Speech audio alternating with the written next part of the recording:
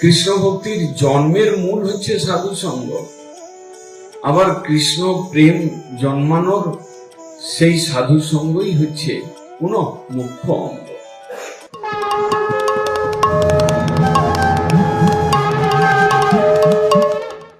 কৃষ্ণ প্রেম দুর্লভ কেন?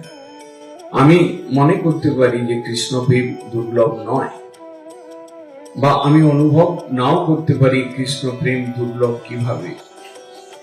যে পর্যন্ত কৃষ্ণের প্রেমের সাধনে তীব্রতা না আসে সাধকের মধ্যে, যে পর্যন্ত কৃষ্ণ প্রেম প্রাপ্তির প্রবল পিপাসা না আসে, সে পর্যন্ত কৃষ্ণ প্রেম সাধন যে দুর্লভ, কৃষ্ণ প্রেম প্রাপ্তি যে দুর্লভ, এটা তার অনুভবের মধ্যে আসতে পারে। শাস্ত্র বলছেন কৃষ্ণ ভক্তি জন্ম মূল হয় সাধু সঙ্গ, কৃষ্ণ প্রেম জন্মের দেহ পুনঃ মুখ্য। কৃষ্ণ ভক্তির জন্মের মূল হচ্ছে সাধু সঙ্গ, আবার কৃষ্ণ প্রেম জন্মানোর সেই সাধু সঙ্গই হচ্ছে পুনঃ মুখ্য অঙ্গ।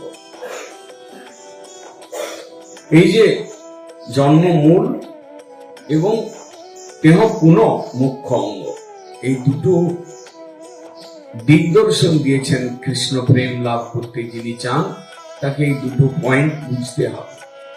সাধু সঙ্গ প্রপার হওয়া চাই, সাধু সঙ্গেই নিজেকে প্রিজার্ভ করা, নিজেকে বাঁচিয়ে রাখা চাই।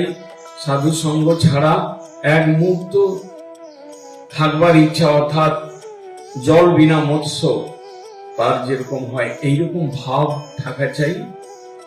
সাধু সঙ্গের মহিমা জীবনে অনুভব করা চাই, সাধু কৃপার অনুভব করা চাই। সাধু কৃপা ব্যতীত কৃষ্ণ ভক্তি জন্মানো অসম্ভব, সেটা বোঝা চাই। এটা যেমন একটা কথা, তেমনি কৃষ্ণ প্রেম কি করে পাবো সাধু সঙ্গের দ্বারা, সেটাও এই লাইনে, দ্বিতীয় লাইনে ব্যক্ত করেছেন। কৃষ্ণ প্রেম জন্মের দেহ পুনঃ মুখ্য অঙ্গ, সাধু সঙ্গটাই মুখ্য অঙ্গ। কেউ যদি সাধু সঙ্গ ভালো না লাগে কারো, কেউ যদি সাধুকে বুঝতে ভুল করেন, সাধু মানে দর্শনধারী, সাধু মানে দণ্ডীস্বামী, সাধু মানে উচ্চ পদধারী, এরকম কোনো কথা এখানে বলা নেই। সাধু মানে যিনি সদ্বস্তু ভগবানের সেবায় যুক্ত হয়েছেন, নিযুক্ত হয়েছেন, নিজেকে অর্পণ করেছেন,